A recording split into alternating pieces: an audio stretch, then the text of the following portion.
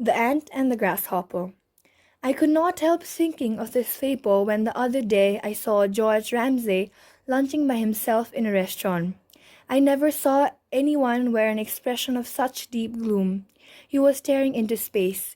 He looked as though the burden of the whole world sat on his shoulders. I was sorry for him. I suspected at once that his unfortunate brother had been causing trouble again.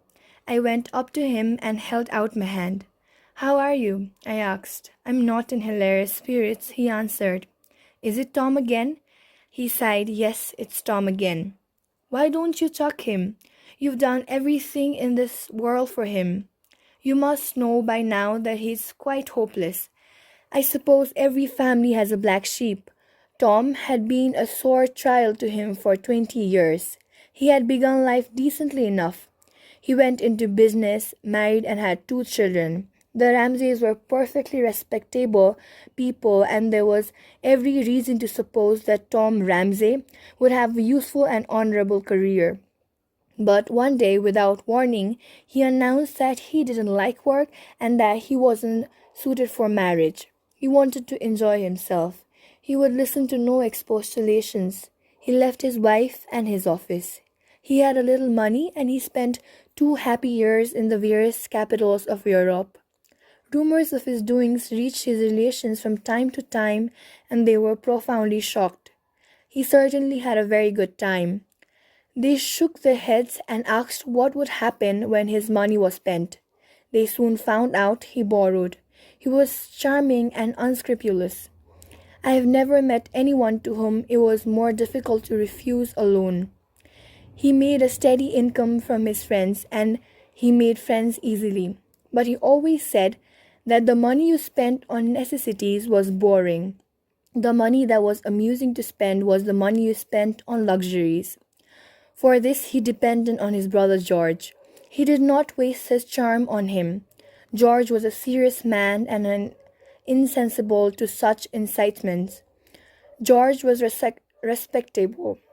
Once or twice he fell to Tom's promises of amendment and gave him considerable sums in order that he might make a fresh start. On this, Tom bought a motor car and some very nice jewelry. But when circumstances forced George to realize that his brother would never settle down and he washed his hands off him, Tom, without a qualm, began to blackmail him. It was not very nice for a respectable lawyer and his brother shaking cocktails behind the bars of his favorite restaurant or to see him waiting on the box seat of a taxi outside his club. Tom said that to serve in a bar or to drive a taxi was a perfectly decent occupation, but if George could oblige him with a couple of £100, he didn't mind for the honor of the family giving it up. George paid. Once Tom nearly went to prison.